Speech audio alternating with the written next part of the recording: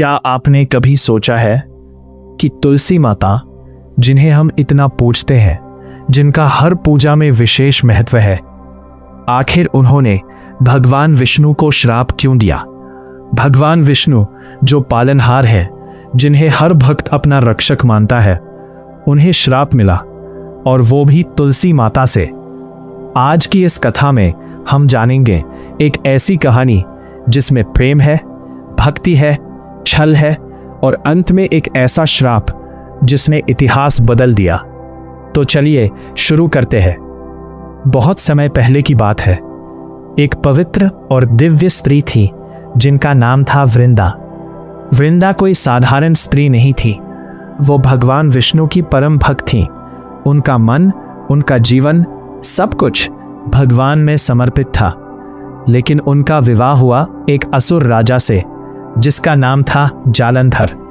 अब आप सोच रहे होंगे, इतनी पवित्र और भक्त स्त्री और विवाह एक असुर से, तो इसके पीछे भी एक रहस्य है। जालंधर कोई साधारण असुर नहीं था। वो अत्यंत शक्तिशाली था और उसकी शक्ति का सबसे बड़ा कारण था उसकी पत्नी वृंदा का पतिव्रत धर्म। वृंदा अपने पति के प्रति इतनी निष्ठावान थी, इतनी पवित्र थी कि उनके तप और सतीत्व के कारण जालंधर अजय बन गया था।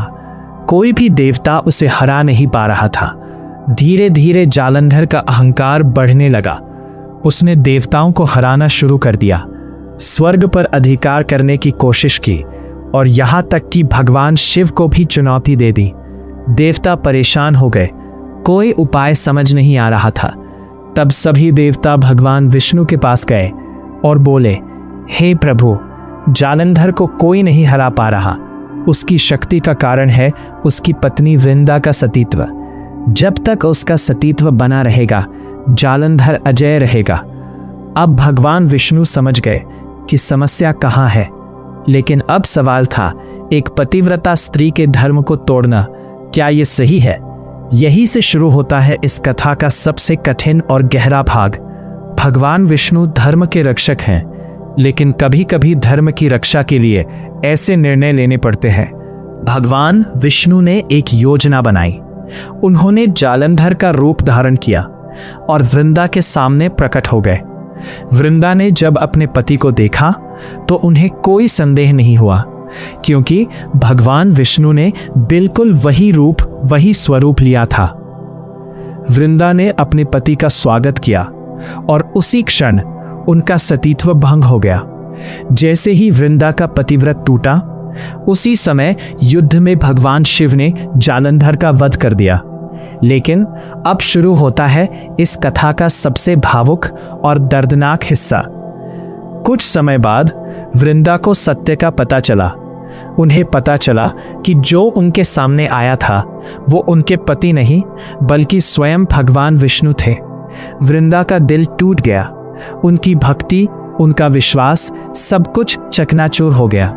उन्होंने भगवान विष्णु को देखा और कहा, हे विष्णु, आपने मेरे साथ छल किया।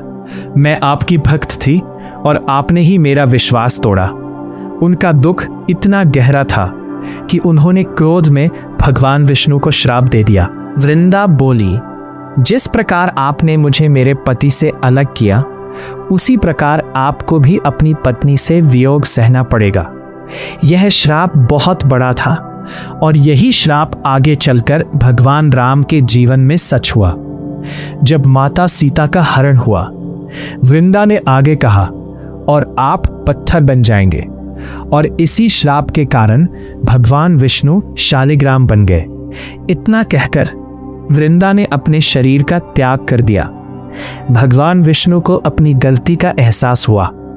उन्होंने वृंदा की भक्ति को प्रणाम किया और कहा, हे वृंदा, तुम केवल एक स्त्री नहीं, तुम भक्ति की शक्ति हो। तुम्हारा स्थान हमेशा पूजनीय रहेगा। और फिर वृंदा ने पुनर्जन्म लिया, एक पौधे के रूप में, जिसे हम आज तुलसी माता के रूप में जानते हैं। भगवान विष्णु ने कहा, मेरी पूजा तब तक पूर्ण नहीं होगी जब तक उसमें तुलसी का पत्ता ना हो। इसलिए आज भी हर पूजा में, हर प्रसाद में तुलसी का विशेष महत्व है। तुलसी केवल एक पौधा नहीं, बल्कि भक्ति, विश्वास और त्याग का प्रतीक है। इस कथा से हमें क्या सीख मिलती है? पहली बात, भक्ति में अपार शक्ति होती है। दूसरी बात, अहंकार चाहे कितना भी बड़ा हो, उसका अंत निश्चित है।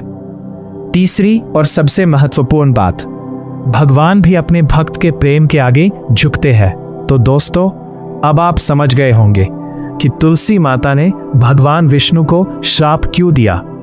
यह केवल एक श्राप नहीं था, यह एक भाव था, एक पीड़ा थी, एक टूटा हुआ विश्वास था।